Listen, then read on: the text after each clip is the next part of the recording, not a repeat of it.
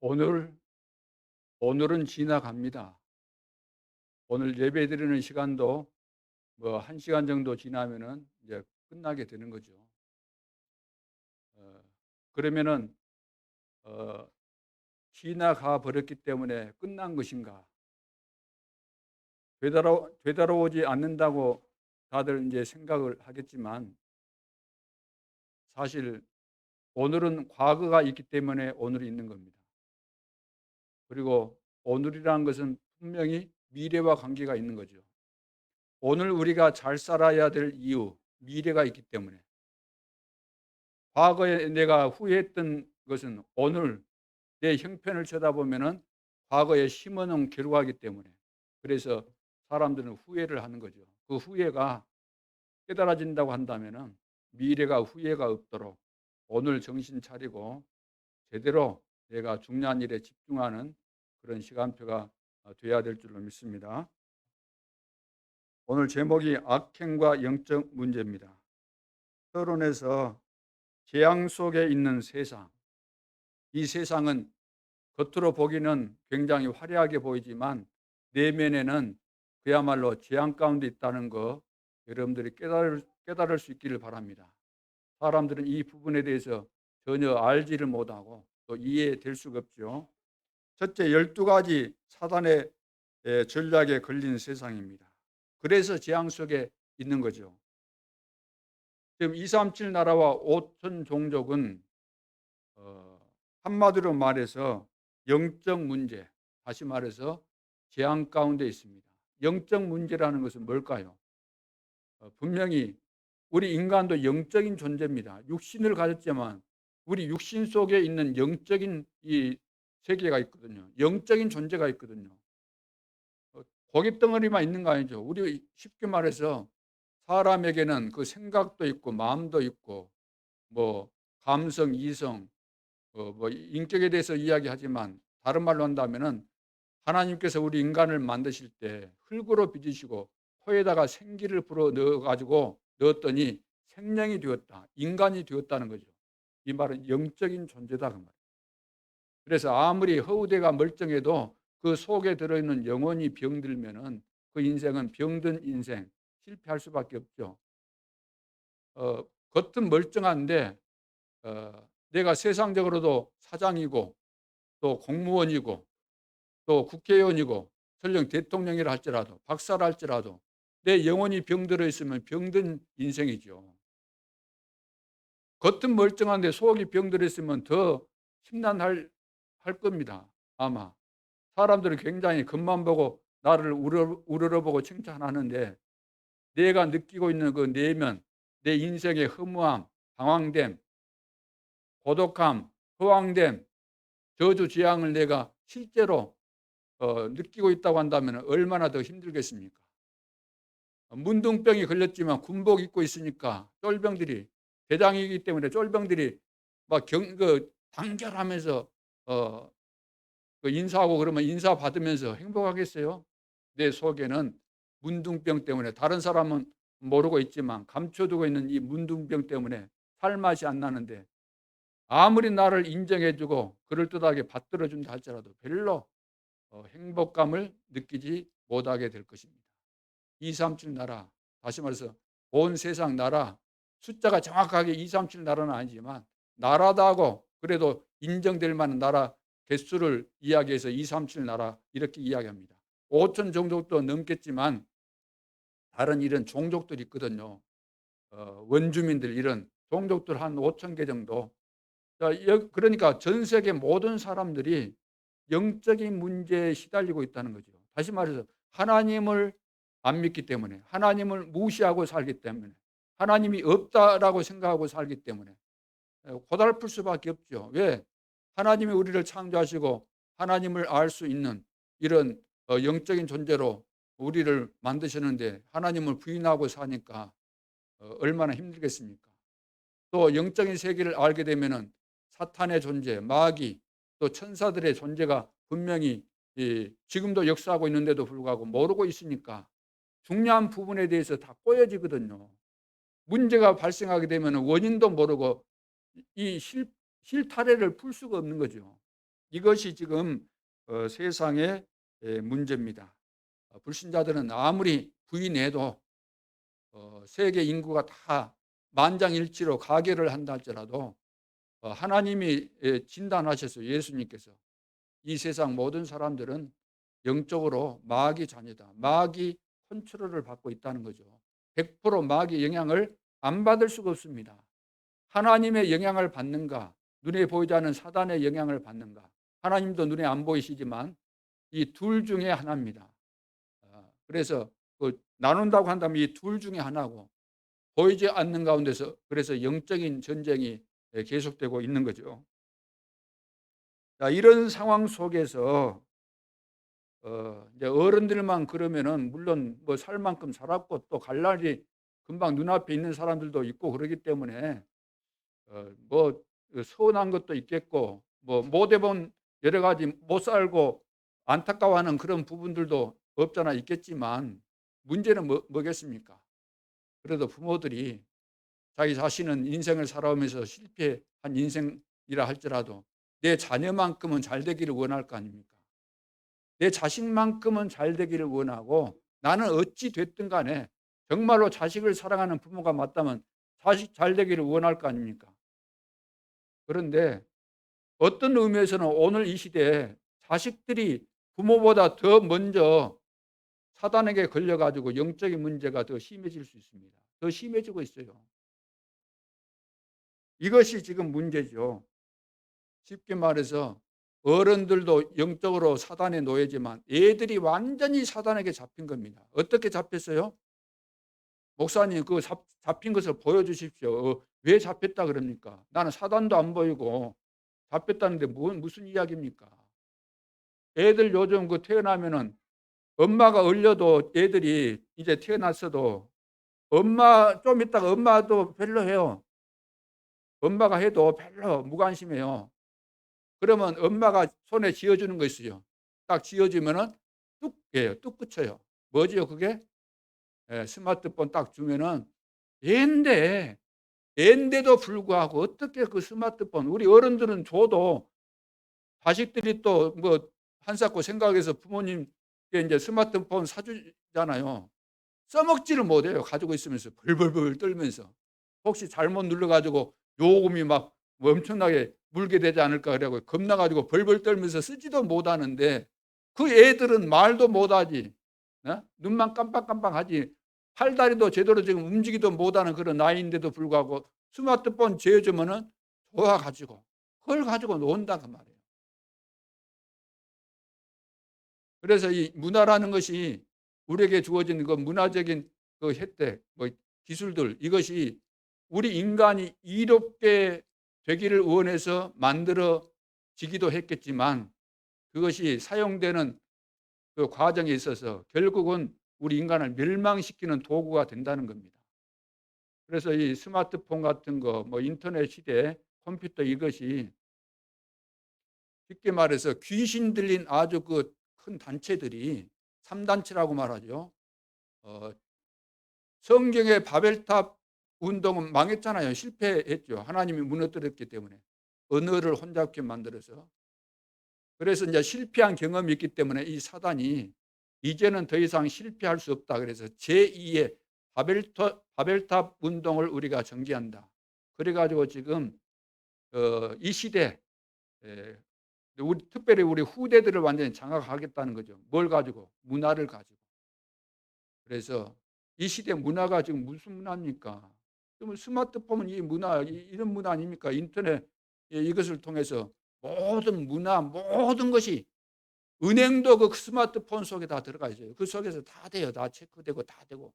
여러분 은행 가서 뭐 합니까? 요즘 스마트폰 가지고 그 계좌 그거 하잖아요. 돈도 보내고 뭐 다 하잖아요. 야, 그래서 우리 후대들이 지금 심각하게 여기에 걸려 있는데, 초등신학원, 또 뭐 중고등부 뭡니까? 청소년 전도신학원 가야 되는데 지금은 시급한 때인데 안 보낸다는 거예요. 지금 어른들이. 할아버지 할머니가 안 보낸다는 거예요. 예수 믿는 우리 그 중직자이면서도. 왜 자녀들을 안 보내고, 안 보내면 어찌 되겠어요? 뻔한 건데 그렇게 영안이 어두우실까? 돈이 많이 들어간다고요? 돈이 얼마나 들어가는데요? 한 학기 하는데 20만 원 정도 되는지 모르겠어요. 덜 되는지도 몰라요. 근데 그것이 비싸다고. 비싸기는 내가 볼 때는 돌아다니면서 쓰는 돈이 더 많을 것으로 금방 내가 이리 직감이 오는데 그러잖아요. 그래 사람 만나 가지고 두 명만 가서 회 먹어도 10만 원 이상 나올 거 아닙니까? 한 학기 동안에 내 자녀가 하나님의 축복 속에서 타락하지 않고 사단에게 잡히지 않고 하나님의 자녀로 축복받은 자녀로 세계 복음화해야 될 미래를 책임지고 성공해야 될 중요한 자녀로 키워가는 이 과정들을 안 한다? 그러면 자녀를 망치기로 작정한 사람이죠. 사단에게 고스란히 내바치는 꼴이 되는 겁니다. 지금 후대들이 지금 봐보세요. 지금 내가 부모님과 자식에게 말하면 다 통할 것 같아요. 3살 먹은 애한테도 말해보세요. 2살, 3살까지 갈 것도 없어요. 1살 먹어도 아장아장 걸으면서 말 안 듣잖아요. 부모가 말해도. 영적인 세계를 모르면은 우리가 실컷 노력하면서 살았는데 고생하면서 살았는데 자식 성공시켜 보겠다고 나는 힘들었지만 자식 성공시켜 보겠다고 발버둥 치겠지만 이 비밀을 모르면 완전히 실패하게 되는 거죠. 그래서 지금 사람들이 가면 갈수록 이제 내 인생을 볼 때도 개인 인생을 살아보면 처음보다 계속해서 시간 가면은 죽을 날이 가까워질수록 더 이상해지는 겁니다. 그래서 나이 들면 꼭 어린아이 된다는 말이 무슨 말이겠어요? 똥오줌 못 가린다는 말이잖아요. 분별력도 없고. 왜 사람이 저렇게 되는가? 나이가 들수록 이상해진다는 겁니다. 옛날부터. 똑같은 거예요. 근데 지금 시대는 이것이 굉장히 속도가 빨라졌다는 거죠. 왜? 마지막 때니까 급속도로 모든 문화 혜택이 빠르도록 만들어 놨기 때문에 그런 시대가 됐기 때문에 빠를 수밖에 없어요. 예전에는 예를 들어서 뭐 미국 가려면 비행기 타고 가는데 막 몇 시간씩 걸리지만 요즘은 뭐 폰으로 금방 하잖아요. 폰으로. 그전에는 막 말소리만 들어도 막 기적 같은 일이었는데 지금은 뭡니까? 영상 보면서 다 하잖아요. 다 해요. 뭐 회의도 하고 다 해요. 줌 속에 들어가면. 그런 시대를 맞이했습니다. 그런데 사람들은 보면은 병원에 안 갔을 뿐이지 병원에 간 사람들은 증세가 나타나서 어쩔 수 없는 상황이 와서 병원에 갔겠지만 그리 안 하면서 앓고 있는 사람들이 거의 대부분이라는 거죠. 우울증으로, 조울증으로, 조현병으로, 공황증으로, 공황, 여수 공황이 아니고 공황, 두려울 공, 두려울 황. 그래서 지금 눈에 보이지 않는 사단이 12가지 함정틀 올무에 완전히 걸리도록 장악해 버렸기 때문에 그 누구도 여기서 빠져나올 길이 절대로 없습니다. 절대 불가능입니다. 이 사실을 볼 수 있어야만 영적인 눈이 열렸다 그럽니다. 저는 시력은 육신의 시력은 안 좋으니까 안경을 썼죠. 저는 타고나면서부터 시력이 안 좋았어요. 예, 그래서 이제 보는 것에 대해서는 좀 한계가 있을 수 있죠. 뭐 1.5 그러면은 눈이 좋다 그러고 그러지만 옛날에 뭐 그 토인들 막 이런 사람들은 뭐 시력이 7까지도 그리 됐다 그러잖아요.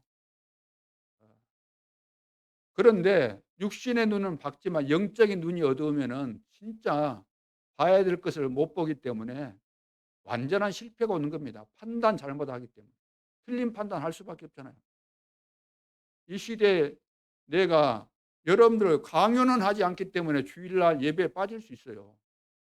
그러면 이 앞주 빠졌지 또 그 앞주도 빠졌지 그 앞으로 가면 또 뭐 코로나 해가지고 빠졌지 빠지고 집에 있으면 육신은 편할 겁니다. 교회 안 나오고 예배 안 드리고 있으면.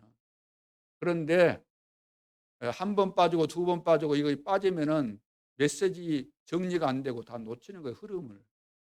우리 애들 학교에 보내는데 하루 빠지고 결석 한 번 하고 두 번 하고 결석하면 좋지요. 육신은. 그런데 마지막 이제 시험 본다. 또 상급 학교에 지나간다.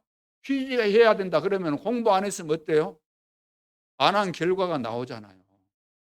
그러니까 과거가 오늘이고 오늘이 미래가 된다는 이야기입니다. 오늘 안 되는 사람은 과거에 내가 오늘 안 될 수밖에 없는 뭔가를 심었다는 겁니다.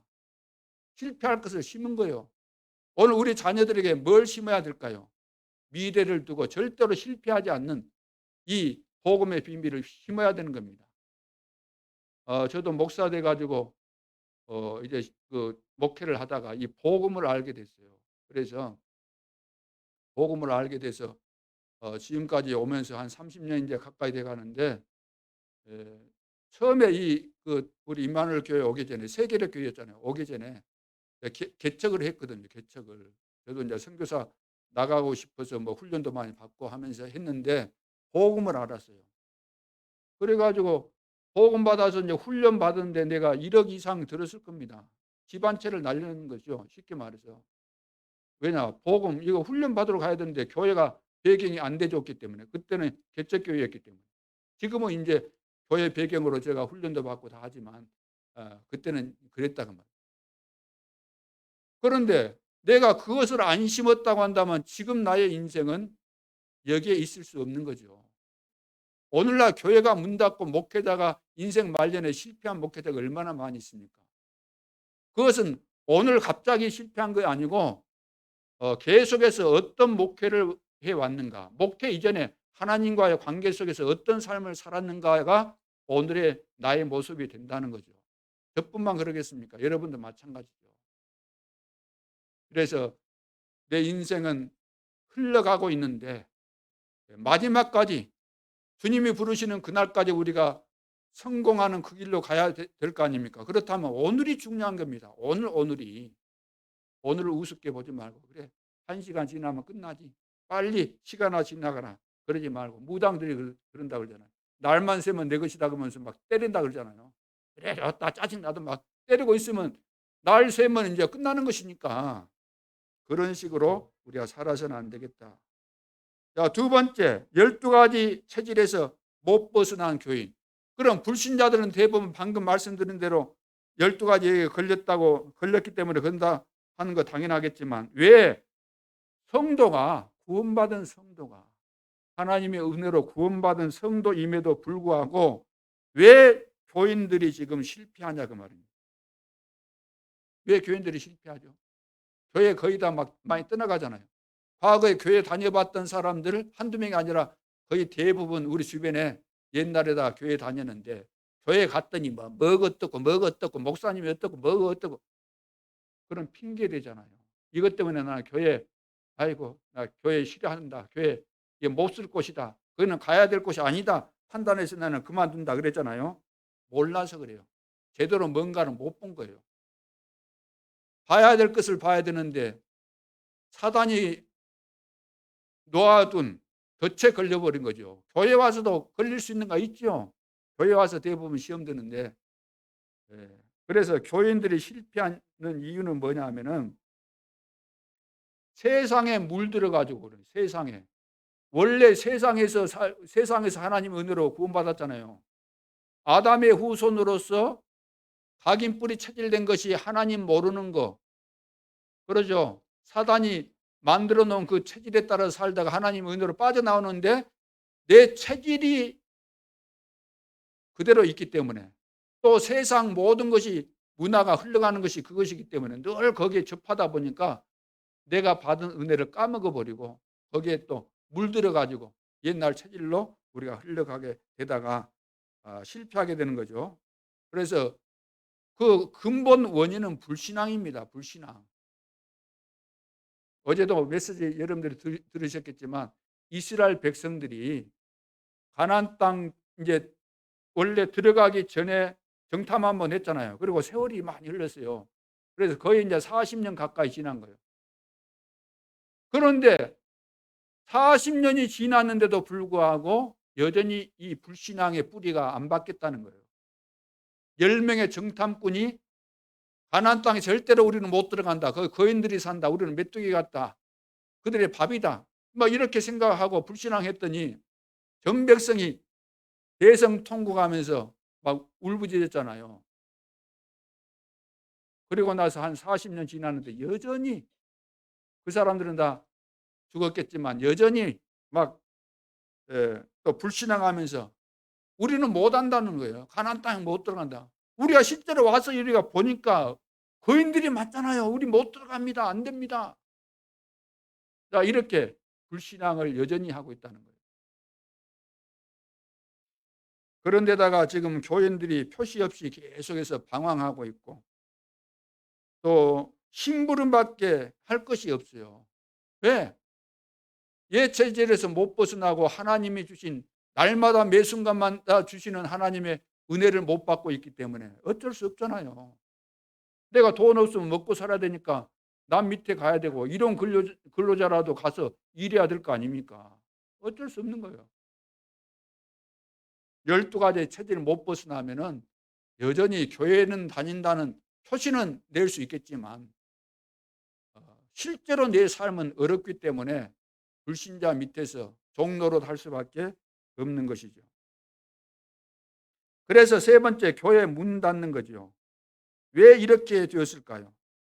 그래서 쓰임 못 받는 교회는 쓰임 못 받는 교인의 이 그 특징을 보면 어떤 교인들이 쓰임 못 받냐? 왜 나는 응답이 없는지 모르겠다. 그러면서 낙심자라고 원망자라고 그러죠. 그리고 어떤 사람은 또 헌금 내놓으라는 사람도 없잖아 있어요. 우리 교회도 그때 그런 사람이 있었어요. 헌금 내놔라. 헌금도 얼마나 했는지는 모르겠지만 아마 1,000원짜리 몇 개 내놓고 그런 소리 했을 겁니다. 진짜 하나님의 은혜를 받고 헌금의 의미를 알고 한 사람 같으면 어디 그런 소리를 할 수 있겠어요.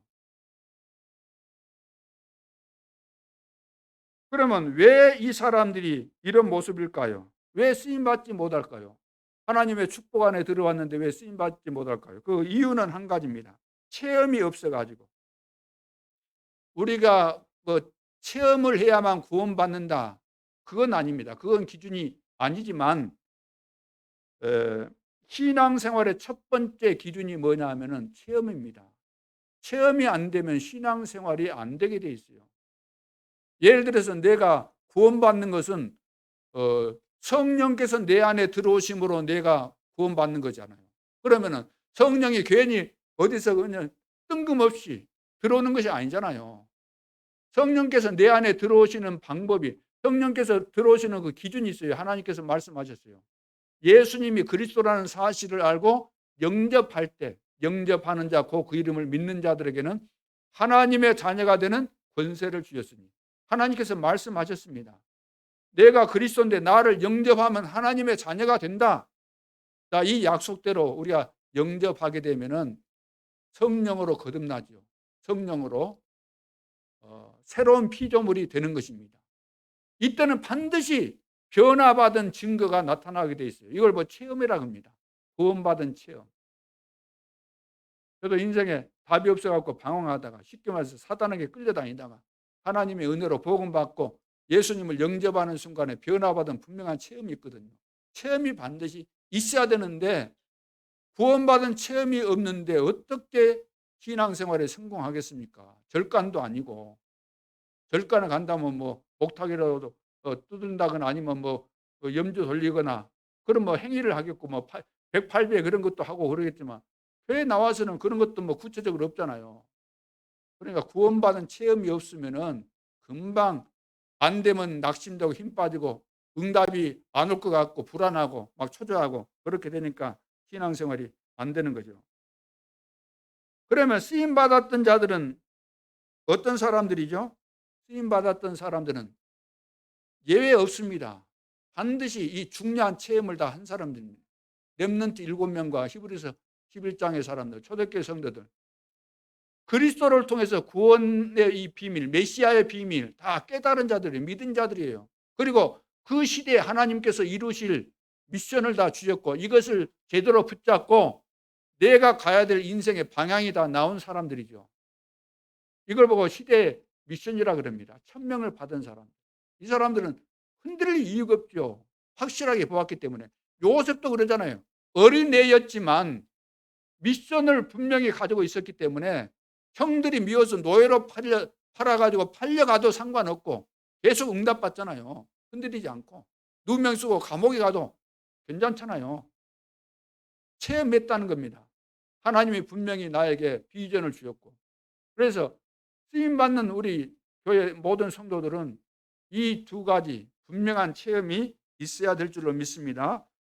그러니까 이 체험이 무슨 체험이라고요? 이 체험이 바로 내가 구원받은 체험과 또 말씀 체험. 하나님이 나에게 말씀을 주시구나. 오늘 이런 말씀으로 나에게 은혜를 주시구나. 이 체험이 있어야 되죠.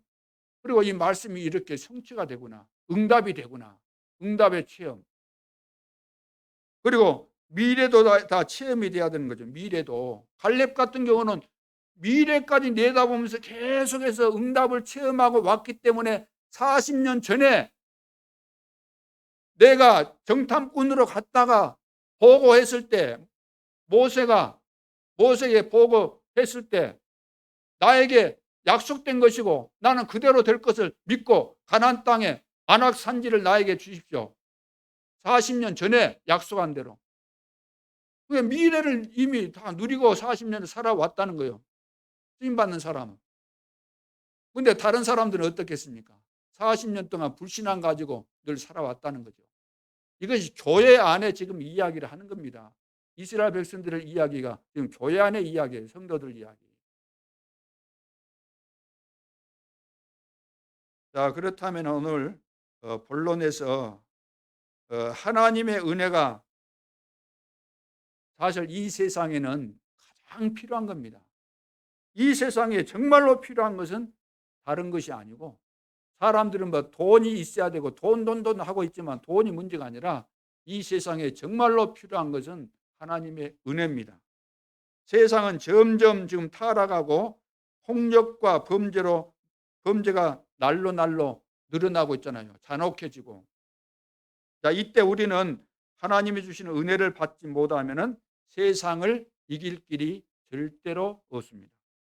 그래서 첫째, 왜 은혜를 받아야 됩니까?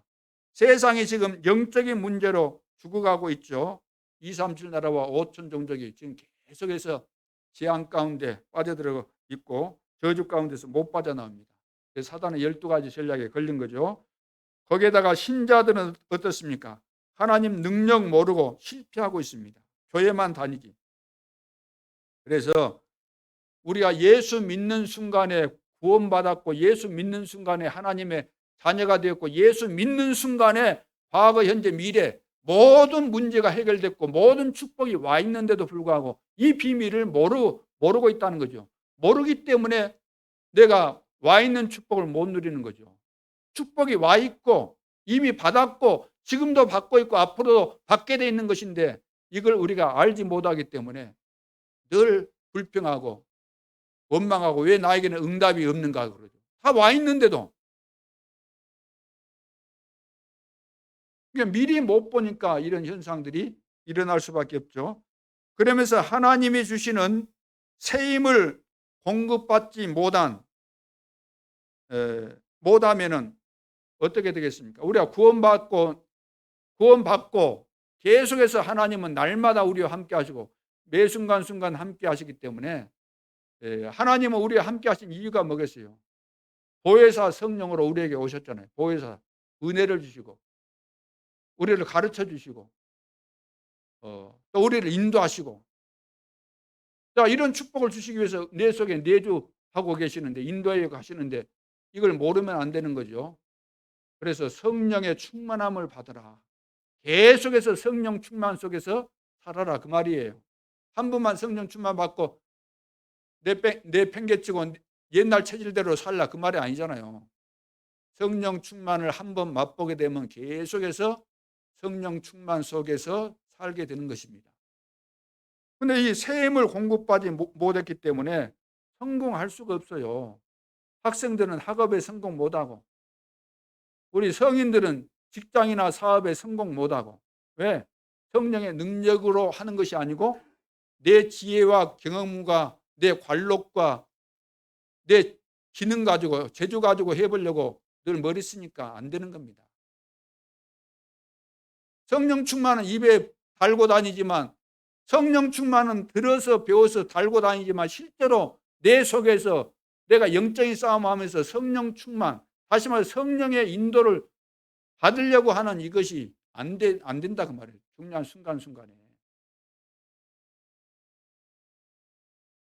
그래서 오직 성령입니다.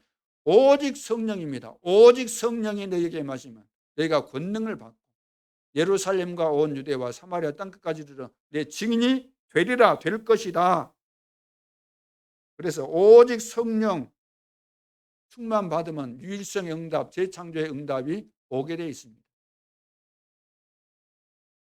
자, 신자나 불신자나 하나님 은혜 못 받으면은 반드시 실패합니다. 이미 실패 가운데 있는 거죠. 6가지 불신자 상태. 여기에 걸려가지고 못 빠져나오잖아요. 영적으로 시달리고 또 정신적으로 문제 오잖아요. 그러죠. 이것은 내가 살아가면서 여러분들이 원해서 이런 문제가 오겠어요? 하나님 앞에 기도합니까? 하나님 제발 내 살다가 영적인 문제, 정신 문제 와갖고 내가 그냥 이상하게 돼가지고 죽게 해주십시오. 그래가지고 오는 걸까요? 아니잖아요. 다 원치 않지만 안 오기를 제발 바라고 기도도 하지만 어느 날 찾아온다는 거죠. 그래서 우리는 여기에 걸려버리면 육신적인 또 질병 오게 돼 있고 또 내세 원치 않지만 안 믿는 사람 지옥까지 가야 되는 거잖아요. 그럼 진짜 믿는다면 천국 가겠죠. 그러면 간신히 천국 가기 위해서 하나님께서 우리에게 은혜 주신 거 아니잖아요. 천국 가기 전까지 중요한 사명을 우리는 가지고 태어났고 이 사명을 감당해야 되는데 그래서 은혜를 못 받으면 이런 내용들을 정확하게 이해를 못하게 되는 거죠. 또 은혜를 받아야만 내가 사명을 감당하게 되고 이 올무에 걸려들지 않게 되는데 빠져나와 놓고도 우리는 속아서 그 속에서 헤맬 수밖에 없는 상황들이 발생하게 되는 거죠. 하나님은 우리에게 실수했어도 다 피할 길을 다 주신 겁니다. 하나님은 우리가 아주 그 악행을 저질렀고 아주 그 사형받아도 될 이런 무서운 죄를 범했다 할지라도 하나님은 일단은 하나님이 길을 다 열어주셨어요. 막바로 우리를 벌하시지 않고 길을 반드시 열어주셨죠. 아담도 엄청난 죄를 범한 거 아닙니까? 하나님을 무시한 거잖아요. 불신하겠습니까? 하나님이 아담을 만드시고 아담에게 생명도 주시고 아담에게 어마어마한 세계 복음화에 대한 이런 축복을 주셨는데 이걸 무시하고 사단의 말 듣고 배반한 거 아닙니까? 당장 죽여도 돼요. 그런데 하나님은 당장 안 죽이고 살 길을 열어주셨습니다. 여자의 후손이 오면은 그를 통해서 살게 된다. 가인이 아벨을 쳐 죽이잖아요. 그러면은 죽어야 마땅해요. 동생을 시기심 생겨갖고 죽였잖아요. 그런데도 하나님이 흰돌을 주셔서 살게 만드셨죠.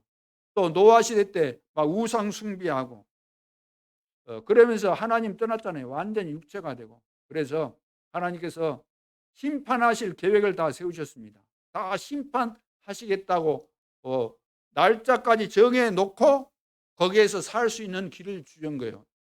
살 수 있는 길을 방주입니다. 방주 안에 들어오면 산다. 자, 그러니까 우리가 이런 기회를 하나님이 살아오는 가운데서 많은 기회를 주셨는데도 불구하고 우리가 실패했다는 것은 쉽게 말해서 이런 기회를 계속해서 거절했거나 안 깨달아져 가지고 이 축복 속에 못 들어온 결과들이라고 할 수 있죠. 자, 요셉의 형들도 봐보세요. 아버지 야곱이 자녀들에게 아브라함으로부터 받은 그 언약을 다 이야기했는데 안 깨달아진 겁니다. 요셉만 유별나게 잘 깨달아진 거예요. 그래서 어릴 때 이 언약을 붙잡고 이 언약이 비전이 되어지고 꿈이 되어지고 이미지가 되어지고 프랙티스 작품이 된 거 아닙니까? 총리가 돼가지고 세계 복음하는. 그런데 형들이 안 깨달아져 가지고 동생 때문에 애굽에 내려와서 기근을 모면하고 살 길이 열렸는데 그거 살라고 보낸 거 아니잖아요. 기근 때문에 너희들 여기 와서 살아라, 그런 이유로만 보낸 거 아니잖아요. 복음 목자들하니까 선교 안 하니까 선교하도록 보냈는데 거기에서 안주하고 밥 먹는 것만 잘하고 있다가 보니까 어느 날 노예로 전락해 버린 겁니다. 노예가 돼 버린 거예요. 그때 그래도 하나님은 이스라엘 백성들을 통해서 유월절 비밀, 어린 양 잡아서 피 바른 희생 제물의 비밀을 통해서, 유월절의 비밀을 통해서 해방시켜 주시잖아요. 그래서 우리가 과거에 어떤 삶을 살았든지 간에 정말로 하나님 앞에 나와서 하나님께서 준비해 놓은 이 축복, 이 은혜를 받게 되면은 그 누구든지 변화받을 수 있고 과거를 청산할 수 있는 그런 기회가 되어진다는 것입니다.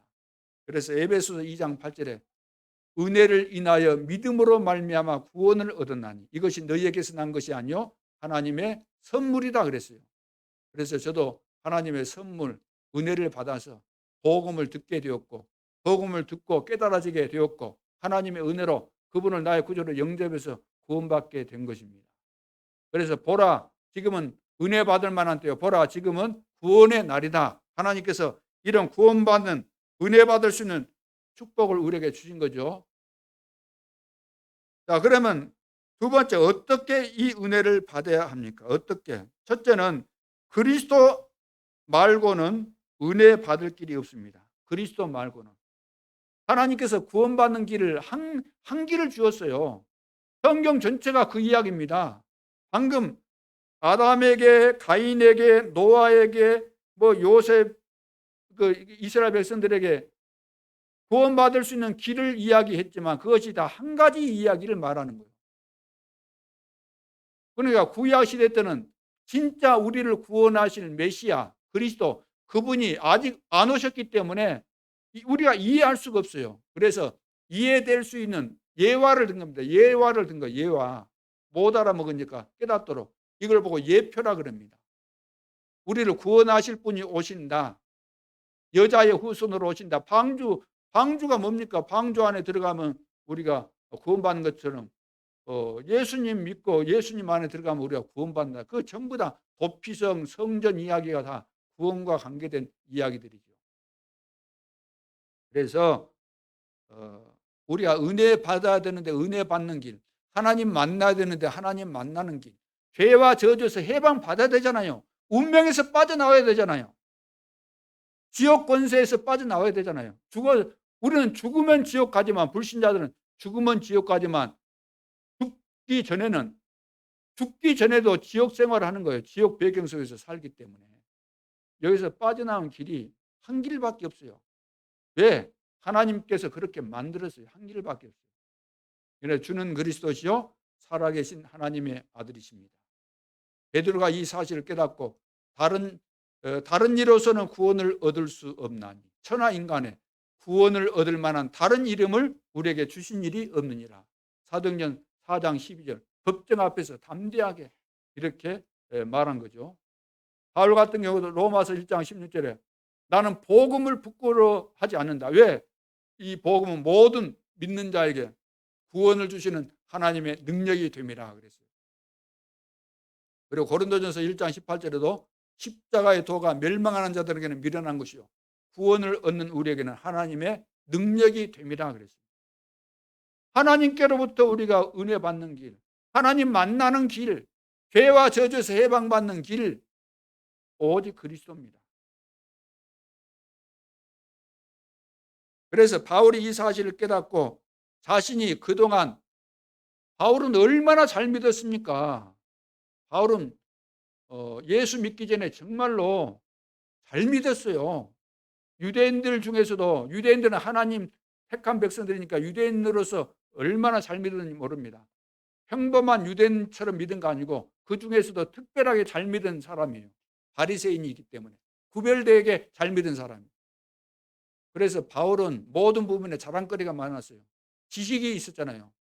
그러니까 지식과 이런 학벌에 대한 이런 자랑이 많았어요.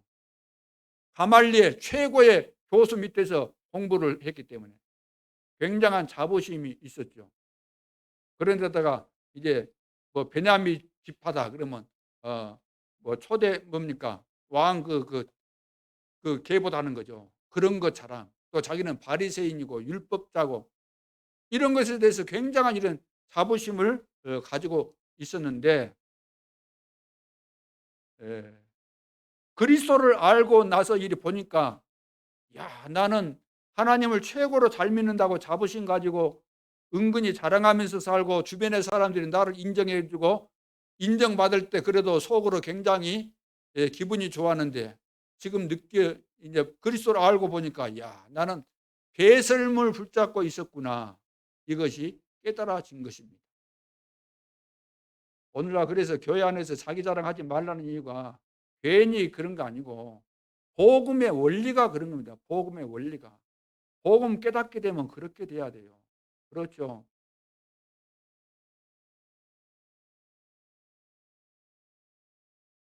자, 그래서 이것으로는 내 예를 들어서 학벌이나 뭐 지식이나 이런 배경 가지고는 이것 가지고는 삼저주를 절대로 이길 수 없습니다. 흑암을 어떻게 이깁니까? 지금 우리 가정에 나에게 역사하는 어떻게 사단을 이깁니까? 못 이기잖아요. 사업을 망하게 하는 그 사단을 어떻게 이깁니까? 내 배경 가지고는 안 되고 지식과 경험 가지고는 절대로 안 됩니다. 자, 그래서 구원은 받았지만 사고가 계속해서 늘어납니다. 사고가. 구원은 받았는데 사고가 계속해서 늘어나고 있어요. 오늘 성경은 이스라엘 백성들 지금 구원받은 거나 마찬가지예요. 구원받았잖아요. 선택받아서. 그럼 오늘 본문 여러분들이 보셨겠지만 왜 구원받은 백성이 하나님께서 그렇게 인도해 가시는데 왜 이렇게 계속해서 문제가 터지냐 그 말이에요. 오늘 읽어보셨죠? 12절에 사람을 죽인 자는 반드시 죽일 것이나, 사람을 죽이는 일들이 있었기 때문에 이런 법이 지금 만들어지고 있는 겁니다. 만일 사람이 13절에 고의적으로 한 것이 아니라, 그럼 이제 고의적으로 한 것과 아닌 것 이렇게 구분해서 이제 법조항을 만든 거죠. 14절 사람이 그의 이웃을 고의로 죽였으면은, 고의적으로 이제 계획적으로 앙심을 품고 있다가 계획적으로 죽였다고 한다면은 너는 그를 내 제단에서라도 잡아내려 죽일지니라. 사람을 고의적으로 죽이는 이런 살인 사건들이 일어났다는 거죠. 그리고 15절에 자기 아버지나 어머니를 치는 자는 반드시 죽일지니라. 부모를 치는 자들이 있었다는 거예요. 존속 폭행이죠. 이 하나님 믿는 사람들이 하나님의 은혜를 받고 인도를 계속해서 날마다 받은 사람들이, 만나를 주어서 먹고 산 사람들이, 메추라기 먹고 반석에서 하나님께서 물을 주어서 마시고 살면서도 이렇게 서로 부모도 치고, 17절 자기의 아버지나 어머니를 저주하는 자는 반드시 죽일지니라. 부모도 저주하고. 18절 쭉 나오잖아요. 돌이나 주먹으로 그의 상대방을 쳤으나. 그러니까 어떤 뭡니까 살인 무기 가지고 이렇게 상해를 입히는 거죠, 상대방에게. 이런 거. 그리고 22절에 봅니다. 사람이 서로 싸우다가 임신한 여인을 쳐서 낙태하게 하였으나, 그랬을 때 이제 벌금을 내든지 그런 내용들이 쭉 나오잖아요. 그래서 눈은 눈으로, 이는 이로, 손은 손으로 이렇게 갚으라, 이런 내용들. 이런 내용들, 그런 일들이 막 벌어졌다는 거죠. 그리고 소가 남자나 여자를 받아서 죽이면 28절에 나오잖아요. 그 소는 반드시 돌로 쳐서 죽일 것이다, 이런 내용도 나옵니다. 소가 본래 받는 버릇이 있고 그 임자는 그로 말미암아 경고를 받았으되 단속하지 아니하여 남녀를 막론하고 받아 죽이면 그 소는 돌로 쳐 죽일 것이고 임자도 죽일 것이며, 소도 죽이고 그 임자도 죽이라. 본래 소가 버릇이 사람 받는 버릇이 있는데 알고도 임자가 그 단속을 안 했으면 소도 죽이고 임자도 죽여라. 이 동물까지도 어릴 때 그 버릇이 평생 가는가 봐요. 죽을 때까지. 죽어야 되는 결과가 올 때까지 버릇 못 고치고 그 짓을 하다가 다 죽는다는 거예요. 동물도 그렇고 인간도 그렇고.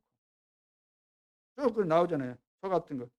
사람이 또 구덩이 파놓고 그거 그 안 빠지도록 해야 되는데 빠지게 만들면 거기에 대한 그런 뭐 손해 이런 거. 자, 그래서 구원은 받았지만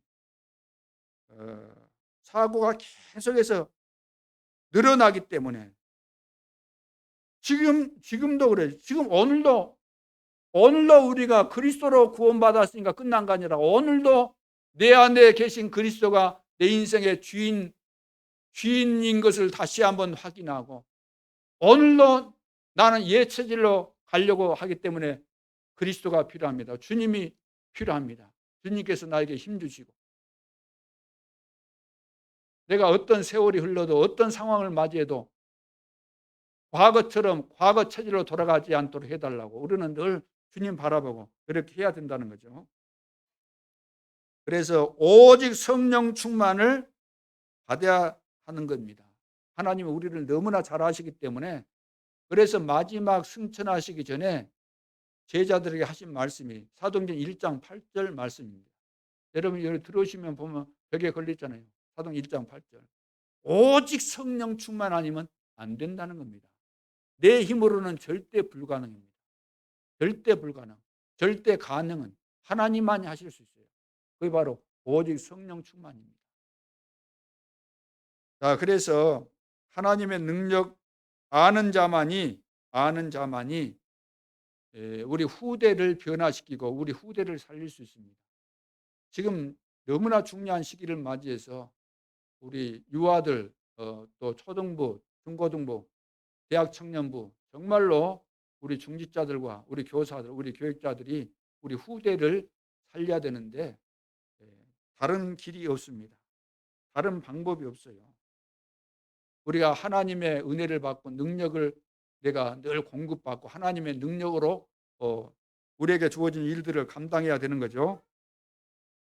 그래서 오직 복음으로 우리가 결론을 내리고 체험을 하고 그러면은 우리는 영적인 큰 힘을 얻게 되고 중요한 일들을 우리는 다 하게 돼 있고 또 여기에 쓰임 받게 되는 거죠. 자, 가나안 땅에 들어가기 위해서 광야에서 은혜 받은 것처럼 성령의 충만함을 받아야 우리가 승리할 수 있습니다. 그러니까 가나안 땅에는 이 믿음을 가진 사람, 언약을 붙잡고 흔들리지 않고 변함없는 이 사람들이 들어갔습니다. 어른들 가운데는 2명밖에 못 들어갔어요. 그 정도로 어른들이 체질이 바뀐다는 것이 거의 막 불가능하다 싶을 정도이기 때문에 그래서 우리가 예배를 드릴 때 그냥 드리지 말고 지나간다. 오늘 예배 뭐 지나갔다 그래 하지 말고 내가 은혜 못 받고 지나갔다 그러면 이것은 찾을 수 없는 거예요. 너무나도 억울한 일 아닙니까? 그렇잖아요. 그러니까 이 한 시간을 정말로 생명처럼 여기고 내 인생의 1순위로 여기고 여기에 집중할 수 있는 이런 자세를 가지고 우리가 임해야 될 줄로 믿습니다. 그래서 광야에서 은혜 받은 자들은 전부 다 40년 동안 응답받으면서 지내왔지만 광야에서 은혜 못 받는 사람은 40년 동안 불평하면서 원망하면서 아마 오늘로 말했으면 소병 다 걸렸을 거예요. 암도 걸리고 다 그랬을 겁니다. 불평했는데 뭐 뻔한 것 아니겠습니까? 이런 어마어마한 결과들이 나온다는 거죠. 자, 그래서 다시 한번 우리가 정리를 한다면 무슨 내용입니까? 하나님은 지금도 살아 계십니다. 하나님은 지금도 살아 계셔가지고 혼자 막 살아 계셔가지고 날뛰고 계십니까? 그거 아니잖아요. 나와 함께 하시고 우리와 함께 하시고 내가 하는 모든 발걸음, 만남, 사업, 관계 속에 지금도 함께 하시면서 하나님의 계획을 나를 통해서 이루어가고 계시잖아요. 이 사실을 한시도 잊지 말아야 된다. 자, 우리는 하나님의 자녀이기 때문에 이제부터 기도한다면은 모든 해답되신 그리스도의 축복을 누릴 수가 있습니다. 그래서 그리스도의 언약 붙잡고 응답받는 이런 전도자들이 되어야 될 줄로 믿습니다. 하나님은 은혜 주시기를 원하고 우리는 정말로 정상이라고 한다면 은혜 받으려고 갈급한 것이 정상이에요. 은혜를 한순간도 안 받으면 우리는 실패하게 되어 있기 때문에 깨닫는 사람은 오늘도 갈급할 수밖에 없어요. 바디메오, 소경 거지 바디메오, 다윗의 자손 예수의 나를 불쌍히 여기소서.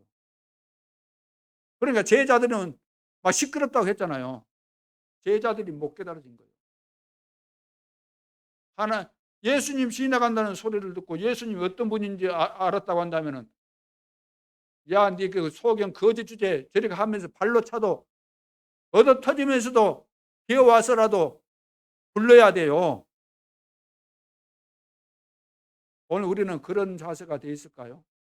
눈치 쳐다보느라고, 눈치 보느라고, 이것저것 살피느라고, 누가 혹시 보는가 안 보는가 이거 살피느라고 갈급함이 없으면 우리는 안 되는 거예요. 그 갈급함이란 게 막 눈에 보이게 막 하라는 그거 아니잖아요. 우리 중심으로. 혈류증 걸린 여인, 불치병이잖아요, 그 당시. 근데 예수님의 옷자락만 만져도 고쳐질 것이 믿어졌기 때문에 그 사람들이 많이 모이는데 그 틈바구니로 들어가서 만졌어요. 누구도 뭐 알 수가 없죠. 만졌는데 사람들이 워낙 많으니까. 그런데 예수님은 알잖아요. 그분이 하나님이시니까. 이렇게 우리가 갈급함이 있어야 된다. 모세와 야곱과 요셉이 받은 그 하나님의 은혜를 우리가 받아야 되는 겁니다. 어떻게 받으면 될까요? 어떻게? 예배 시간만이라도 집중하고 예배 시간에 기도하면서 여러분들이 말씀을 받으시고, 새벽에 나와서 여러분들이 또 기도하시고, 새벽에 나와서 메시지 듣는 것이 기도예요. 기도.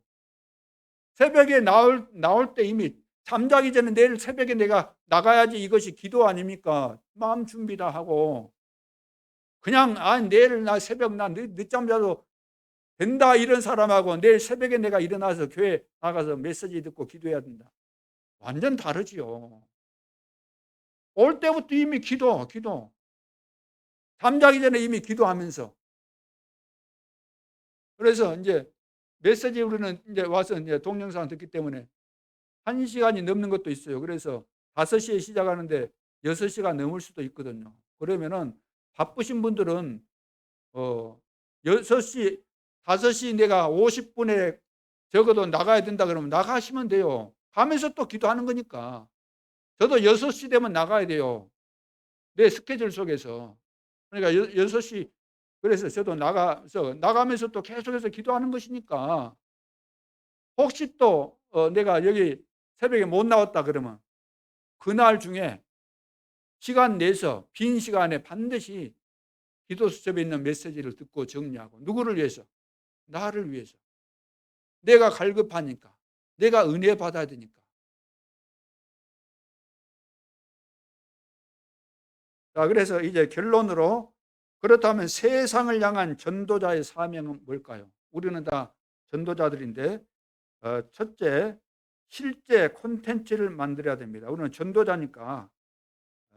그래서 말씀 정리를 해야 됩니다. 복음 정리가 돼야 되고, 그 다음 기도 정리가 돼야 됩니다. 기도. 시공간을 초월해서 하나님이 응답하시기 때문에 이런 부분들을 정리하고 있으면 사명이 정리되게 되죠. 그러면서 현장을 정리하게 됩니다. 내가 살고 있는 현장. 이것이 바로 전도 콘텐츠를 만드는 거죠. 그래서 이제 새로 시작해야 됩니다. 교회 중심으로 전도 콘텐츠, 현장 중심으로 교회 이제 전도 콘텐츠, 미래 중심으로 전도 콘텐츠를 만들어야 돼요. 미래 중심이 뭐라 그랬죠? 4차 산업 시대를 맞이하게 되는데 지금 대비 안 하면 안 되죠. 지금부터 다 준비해야 되죠. 두 번째는 전도운동의 사실을 봐야 됩니다.